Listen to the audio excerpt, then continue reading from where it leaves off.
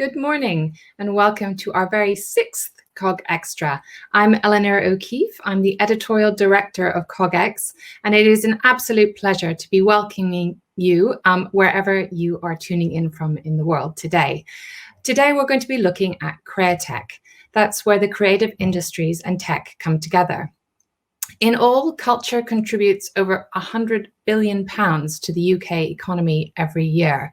It's obviously enormously important economically, but also culture plays a huge role in our national identity.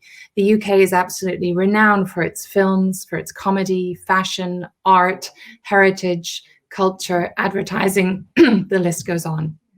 It's been a very tumultuous few months for the cultural sector. Some organizations have thrived digitally, finding new models of working and exploring, and others are stumbling to find their feet. Today, we're going to be looking at all sorts of different questions. We're going to be looking at the green shoots for the landmark creative organizations. We're going to look at how the music industry is changing, and we're going to look at how businesses can take advantage of creativity for competitive advantage. And we're going to discuss the government's unprecedented support for the cultural sector. I'd just like to remind you that you can post your questions for our speakers on the COGX platform. You can also there explore the expo area, which has loads of amazing and interesting organizations listed on it, and you can post messages to them. And then also you can connect with each other. We would love to encourage you to talk amongst yourselves. So please do some networking, reach out, meet a few new people, and make the most of your time with us.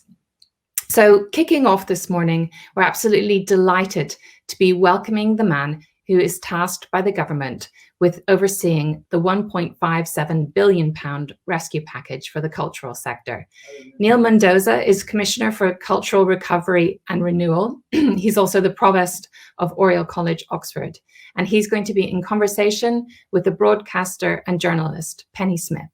Penny, are you there? I am indeed. Thank you very much, Eleanor. And yes, thank you. Welcome to all of you for joining us today. And Neil is in this marvelous new world of meeting in cyberspace. Good morning to you. And if we kick off with the big question, of course, which is how difficult was it to get the government to hand over that cash to a sector which has been so badly hit because of the need for social distancing?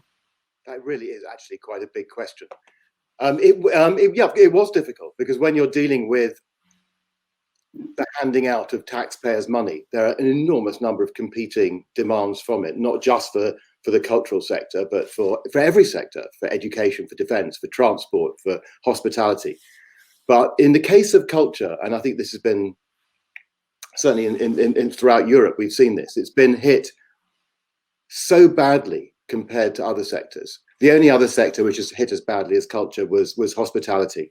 And it's because the whole essence of culture involves the lack of social distancing, involves pushing people together. And that's how culture is experienced.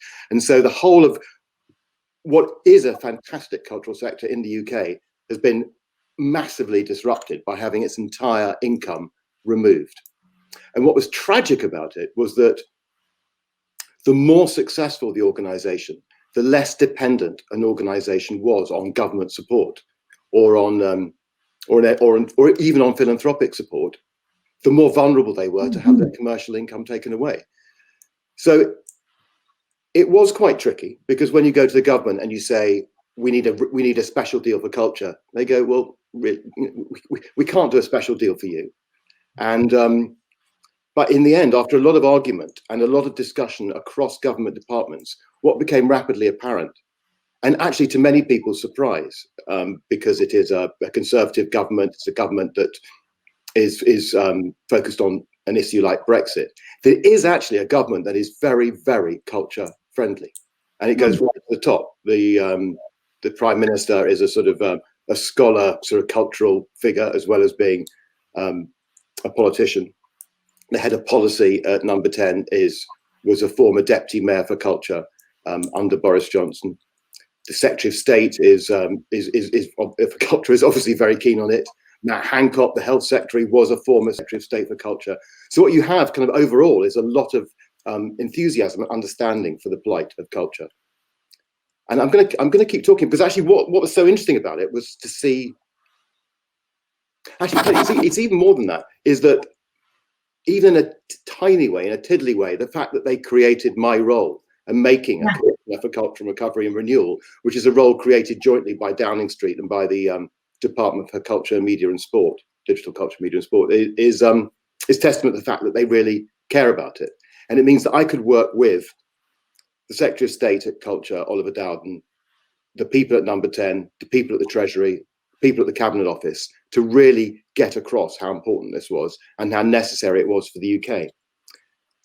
And in the end, what everybody began to understood, that it was important to rescue culture, not only for its own sake, because it's a good thing, but because culture is so important for society, for economic growth, for the UK's soft power, for the sense of community in towns and cities across the country. So, yeah, and also for people's mental health. It's so good for mental health. It's, you know, if you think about the things, for example, which work terribly successfully, weirdly, in prisons, for example, you get people who do drama, and it is incredibly helpful. So there's all those other positives. Now, we could only concentrate on the terrible situation for many people in the arts, but how about we concentrate first of all on the positives? I mean, here I am, I mentioned at the beginning about working in cyberspace. Let's talk about the positives. How has that sort of side of it, the digital world, helped? Yeah, I think that is interesting. I don't want to downplay the negative, because I think, as you know, because Penny's partner is an actor, you know how devastating this has been for people across the creative and cultural sectors. But as you also say, there have been some positives. And while it's hard to understand, I'm sure that the audience watching this will know that in the digital world, things are absolutely booming in certain areas, like in, for example, e-gaming, or the new ways that digital is being used for Netflix or Amazon, all these new platforms that are doing extremely well. So I think there are definitely some exciting things going on. And one of the things that I'm trying to do actually is you mentioned I have a university connection, where I formed a new venture which is linking the Department of Digital Culture, Media and Sport with an organisation called the AHRC, which is the Arts and Humanities Research Council, which funds universities around the UK. And we've got a joint project now which is urgently looking at exactly what's going on in this area. We want to look at what's happening to audiences, what are they expecting and enjoying. We want to see what cultural organisations are doing, and we want to see what kind of technologies are having an impact. And I really feel that we're in the foothills of what's beginning to happen. So, for example, I was watching a theatre in St Albans doing a musical on Zoom the other day, and it just feels, and it was actually brilliant. It was really, really good fun, but it also feels so early, and and we can't wait to see what kinds of things are going to come out of this. I suppose that's the problem, though, isn't it? It's about how you monetize these things, because right at the beginning, I mean, I don't know about you, but I love opera. And so it was really heartening to see the opera houses suddenly putting on past performances for free. The point is, it's about monetizing. And even if you monetize in a small amount when you're doing that sort of thing, it in no way replaces the vast amount of money which is needed to keep everything running. I know. But I think if we do the right thing, I think people will pay. I mean, we could never have conceived just how many platforms and devices people will now pay for to get content. I know whether you had that experience, but every time I sit down at home to watch something on the television, I don't seem to have the right platform. I seem to have to subscribe to something else. And I think people will pay. And when people are surveyed, we know that something like 80 or 90% have said they will pay for digital content. At the moment, they're actually not doing that, partly because a lot of digital content is being offered for free. Yeah. But the right digital content, of course, people will pay for it. I have absolute confidence that they'll do that. Yeah. There's also this, the whole thing about Rishi Sunak, the chance of doing that Eat Out to Help Out. And at the beginning, everybody was a bit dismissive and said, no, it won't work. And then, by golly, it did.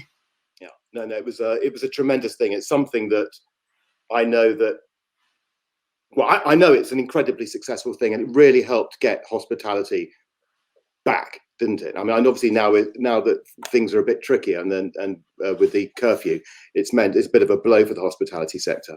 But I think Eat Out to Help Out was exactly the right thing. And what it really did was, it wasn't just giving money away; it was bringing confidence back to a sector, bringing confidence back to people to go back to go out again and to mix. So I think it really was extremely successful. And I'd love to do something similar at some point for the performing arts. A seat out to help out. Yeah, that kind of thing. Because it is partly it is the confidence issue. It's that word is that some people can't wait to get back, but a lot of people are still quite fearful and need some encouragement. And I think if they begin to see that people are going back, then I think that would really help. Do you think that there will be a scenario, though, where, say, for example, there's a vaccine, but it doesn't come in for quite a while, and certainly it doesn't make people feel completely safe about going out and mixing as we used to in the olden days, 2019. But do you think that we're going to end up with a position? People so often say that the arts is elitist and that it's because it's expensive. Yeah. I would say it's not always. But do you think we're going to end up possibly in a situation like, for example, in the United States, where if you want to go and get a ticket on Broadway, frankly, you have to mortgage your house, but they do depend on philanthropy? Well, I sort of go back, because a lot of people think that culture is only about the sort of the expensive performing arts, and of course that's fantastic. But the culture that we're looking at across the UK is every single type of culture. So it includes heritage culture, which might be wildlife centres, or ruined castles, or cathedrals, or steam railways, incredibly popular things. Or maybe even places like where you went yesterday, when you went owling and hawking. And then we've also got the entire museum sector across the country that we're looking at. So a lot of it is not necessarily expensive stuff. And I think that is, and these are all things that people really, really like to do. So you mentioned the idea of when the vaccine, how long the vaccine is going to take, and what that's going to mean. I suppose we just don't really know. I mean, speaking from Oxford University, I'm with no inside knowledge whatsoever, but I'm quietly confident that the Oxford vaccine will work. And but I don't know. Don't buy shares on the basis of that. But I'm confident that we will have that vaccine, and probably others next year, and that we will be able to get people vaccinated by. But it may well take until the summer before that sort of thing can happen. You see, you mentioned the university, of course, and there will be many people who have decided to go to university because they wanted to move into the arts. At the moment, it's very difficult to see where people are going to end up, isn't it? There's no clear-cut road anymore now that this pandemic has derailed so many of us. Yeah, but the demand for art and culture isn't going to go away. So I think that, in a way, for younger people, they've got an incredible, exciting opportunity ahead of them. When we come out of this, and we will come out of it, there are two schools of thought, aren't there? There's a school of thought which says nothing's ever going to be the same again in any sector. And so therefore, in terms of disruption and all kinds of new things, young people with no overheads, with no baggage attached to them, will be able to have an amazing opportunity to find new things to do. And there's the second school of thought, which is, no, it's all going to be, of course, it's all about life. What we like to do as a species is come together. And so when we can, we will.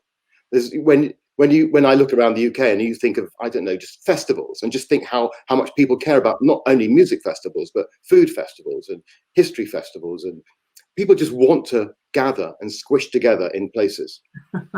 So I think that live won't go away, and I think that although digital will play a huge part, and I'm sure a lot of the people watching this in the digital world or in the AI world will be thinking, I wonder what we can do. How can we help? And I think we will be looking to technology to come up with amazing solutions, because certainly the pandemic has opened up a whole new world. I mean, the fact that we're talking together and broadcasting from the Isle of Wight and from Oxford is amazing. Semi-professionally. It is, and also necessity is the mother of invention, and some of the best shows that I've ever seen have been tiny. I went to see Sweeney Todd in a pie shop in Tooting. It was incredibly tiny, and yet it was one of the best Sweeney Todds I've ever seen. Let me talk about something that you're involved in, where IT does come in, which is called the Illuminated River. Tell me about that. Okay, the Illuminated River is an extraordinary project. If anyone wants to Google Illuminated River London, they can have a look. It's a charity, and it's a charity that I'm chair of. And what it's doing is lighting all the bridges of central London, but as an art installation. And we've got this brilliant artist called Leo Villarreal from America, who did a big project that people may remember on the San Francisco Bay Bridge. And we're using the latest LED technology to light each individual bridge of London, all the way from London Bridge to Westminster and beyond. And it's just a wonderful project because it's a great example of what philanthropy can do. It's a great example of a gift to London, but it's also art, and it's also a practical public realm project that will last for a generation for these bridges that need to be lit. And it's it's a kinetic, beautiful, beautiful installation. If I come back to something that we talked about right at the top, Eleanor mentioned actually about this £1.75 billion package. Yeah. The problem is whenever you give a huge slab of money, everybody says, me, me, me, me, me. But who gets a slice of the pie? And that is another difficult thing, isn't it? Because why should one organisation get money to help them survive, whilst another organisation that feels it is utterly important as well, and probably is, does not? Yeah, it is quite tough. It's 1.57 billion, actually, not 1. Sorry, did I say 7.5? What's 200 between friends anyway? No, it is taken extremely, extremely seriously. Again, we're giving out government money. We're giving money out to thousands of organisations, so it does have to be handled very carefully. And in the UK, the government delegates the responsibility for sifting through the applications and choosing them to what we call arm's length bodies. And in this case, they're the Arts Council, Historic England, the British Film Institute, and the National Lottery Heritage Fund. So they come together, they come up with all their suggestions and recommendations against a whole range of criteria. And we don't really have sufficient time to go into that here, but of course. There are a lot to make a difference, and definitely choices have to be made. And we know that a large part of the cultural sector won't survive, and that we will lose lots of organisations because there isn't enough money to save everybody. And then they put all the recommendations go into something called the Cultural Recovery Board, on which I sit, which is chaired by somebody called Sir Damon Buffini, and we will make sure that it all makes sense and get the money out as quickly as we can. Yeah. Now we've got some questions coming in. Ella says, "What do you think is the most important thing to get right going forward?" Right. Well, that could apply to anything. Well, I suppose, can I just say what I would say is that being as I am sort of rather steeped in the art world because of so many friends of mine, I would say actually the things that we need to make sure that we don't lose are all the skills, the small, almost what you would sort of call the periphery skills. You know, there will always be people who just want to act, and it is their passion, and they will act. The sort of the big jobs, as it were. You know, there will be people who want to be directors or camera people, or people who work in films, but it's the small things that sometimes I worry that will get lost. I think that's right, and but that actually is one of the criteria that we're looking at. We're looking at the preservation and fostering of skills. So, for example, in the heritage area, we want to make sure that we don't lose all those incredible skills of stonemasons and carpenters and thatchers and master plumbers and all those sorts of things that we need to keep all those sorts of organisations going. So there is quite a big chunk of the money is going into projects which will involve skills. Yeah. How do you think, this is from Mark, how do you think we can install enough confidence in the public to leave their homes and enjoy culture and entertainment? Well, that's a big one. I think by setting an example, there is a large, I think maybe, again, to simplify, I think the world divides up into two types two types of people: those who can't wait to get out and go and enjoy it and will do regardless, and those who are still fearful. And I think the fearful will follow, but they'll perhaps follow more slowly. Well, it's interesting, isn't it? Because when you think about it, people are still going on planes, and you're in close contact with somebody in a sealed unit. That's right. And yet people are still prepared to do that. So, you could argue that depending on the theatre, the cinema, the museum, or whatever else. I mean, I've got friends who, for example, are rather enjoying the way that museums are operating at the moment, because a successful show doesn't mean that you have 50 people crowded around one particular big painting, if you like, and they actually feel that they get more time, and that actually it seems to be working quite well, for example. Well, we will be doing, and also the government will be running lots of pilot studies in places in performing arts and other areas and in stadia, looking at taking audiences in, tracking them, making sure they're tested beforehand, and seeing what happens as a result. And I'm quietly confident that that will show some very good results, because I think places are now so good at protecting people. Yeah. Also, I'm rather enjoying how clean everything is, and the fact that people are washing their hands. I know there's one place, for example, where they said I think that's just you. Simon says, do you feel optimistic about the future of the arts? Yeah, yeah, yes, I do. Of course I do. The arts won't go away. Nothing can stop the human craving and need for culture, from high culture to low culture and everything in between.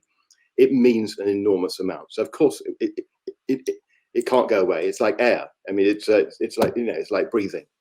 I'm extremely optimistic about it, but that doesn't belittle the fact that we're going through an incredibly tough stage at the moment for people in this sector, as we are for people, across the entire economy. I can't remember. I think it was this week the Chancellor said we've lost 750,000 jobs so far, and we will lose more. So it's impossible to protect everybody. Well, Vanessa says, will 1.57 billion be enough? I'm sure you'd say no. Well, the 1.57 billion is designed to it was designed to take people to just into the end of the government's financial year, which is at the end of March. Then we'll also be looking at the spending review here and the budget and all sorts of things as we move ahead in the next few months, and as we see how this pandemic pans out. We'll have to work out whether it's going to be enough. Yeah. I've got another question. Can I ask Neil a university question? As Provost of Oriel, do you think the sector's done enough to prepare for the return of students? Yeah, I'm a little bit blinkered on that, because I'm looking outside at the college right now. So I'm only in that area. I'm only in my own little world and in the world across the University of Oxford. And we've only had students back for about 3 days, but I can't tell you how much care and preparation and serious reflection and running of scenarios has taken place to make sure that we're as ready as we can be for what will happen. But you can imagine in a place like Oxford, every college is different, every building is different, every staircase is different, and you have to really think about it. So we've certainly done the preparation. Yeah. I think it will go well. So far, it's okay. There's an anonymous one. What happens if theatres cannot return to full capacity? Well, if there's a different definition of capacity, don't know. I mean, they will. B, they will either have to charge more or use the dressing up box and not spend, and spend less on productions. Yeah, I think that, every single cultural organisation has a different model for how they operate. Some, some are sort of, giant musicals that cost tens of millions of pounds to put on and tour the world. Some are small museums in a village or a town, and they have a completely different operating model. So I think we can't say, if we just change one aspect of it, like the capacity and how many seats they can put in, it's we have to look at the whole thing in the round. Yeah, and also, I don't know whether we've mentioned music very much, but music, of course, is also a massive thing, and there have been comments recently in the papers about the fact that we might lose so many orchestras just because how difficult it is to keep everybody to a standard, to keep them going, and we'll lose them to other jobs. It's really, really hard. Yeah. I don't deny that. And I think it is tough. But when I'm looking down the list as I see it, and I can see that orchestras will be playing. The government's been doing quite a lot of work with the amazing Bournemouth Symphony Orchestra, and I'm quite hopeful there. I'm seeing Liverpool Philharmonic opening, London Symphony is doing some work, but I think it is definitely going to be very tough. Yeah. I always think it's going to be okay in the end. Yeah, and there are some things which do work better, I think, not work better, but they work quite well on screen. For example, if you're watching something and it's a two-hander from a theatre, that's a little different to watching a full orchestra or an opera, where you want that surround sound experience. You want it blowing your ears off and making this massive noise, and no matter how much you turn up the sound bar or the sound on the computer, it isn't the same. It isn't, but again, if we're thinking about tech and digital, I went to the ENO's drive-in production of La Boheme the other day, and that was just a fantastic example of what can happen and what might happen in the future. You drive in your car, you pay £110 per car to go in, so it's not free. There are giant screens. You're listening to the opera by tuning in on your radio, and you can see it in front of you, and it was just fantastic. It's just an incredible sort of all-round amazing experience, and it felt like a very communal activity. Instead of clapping, you flash your lights or beat the horn. Yeah. Yeah. There's been a recent call for a centre of AI and culture. Do you think that's a good idea? Yeah, of course. And that's an area that our department, the Department of Digital Culture, Media and Sport, covers AI policy, and it's an area that the UK is particularly interested in as we leave, or as we move on with leaving the European Union and getting on with post-Brexit policy. It's also something that we're really interested in at Oxford University. We've just set up a whole department looking into the ethics of AI here. So, it's a very interesting area. Interesting. Now, you did bring up the thorny issue of Brexit. Me too. Let's just briefly talk about that then, because it does seem for many people, for example, a lot of filming is often done in Europe for various reasons, and that, of course, is going to be much more difficult in the future for people in Britain. But let's look again. I don't know about. Well, I know you. I know that you like to look at the positives. Let's look at the positives. Well, I think the positives are certainly on filming. Listen, we mentioned Netflix earlier. We know that the demand for stuff is now insatiable, and there's been a hiatus and a pause in production. Production is only now just being able to get going towards the end of the year in the UK. So I think there's going to be an enormous amount of work, because we just need so much stuff to fill the platforms that are now available to us, that if I was starting out now, if I was younger, I would move straight into starting a production company, because I think that's just where the demand is going to be. So I think the UK is very well placed to benefit from that, because obviously, as you know, we have a giant film and television industry here. Yeah, and actually, they have been working in terms of productions. They seem to have got that a bit more sorted in terms of people being tested for COVID all the time. They do certain bubbles. I know that, for example, you get the sort of bubbles of 4 who then are allowed. Some of them have come together, but only after they've been isolated. So there are things. I mean, my goodness, it's a logistical nightmare. I can only imagine the graphs. Yeah, and the Chancellor really helped here. So the Treasury is providing a special COVID insurance for the film and television sector, because otherwise it was very hard for them to get going on the basis that you couldn't have a production if it might have to be shut down. Yeah, and I think that was a brilliant idea. Now, we've got the poll results, which is this seat out to help out, and 73% of people would participate in it, 27% wouldn't. So that's, again, that sounds like a good result. That is a very good result. But this audience is probably, this audience, I suspect, is a very forward-looking, enthusiastic, bold, sort of entrepreneurial group, and they may not necessarily reflect the whole population, but I think that's a fantastic number, And well, that's great. Well, maybe I can take that back to the office and encourage politicians to get going and think about how we could get that scheme going.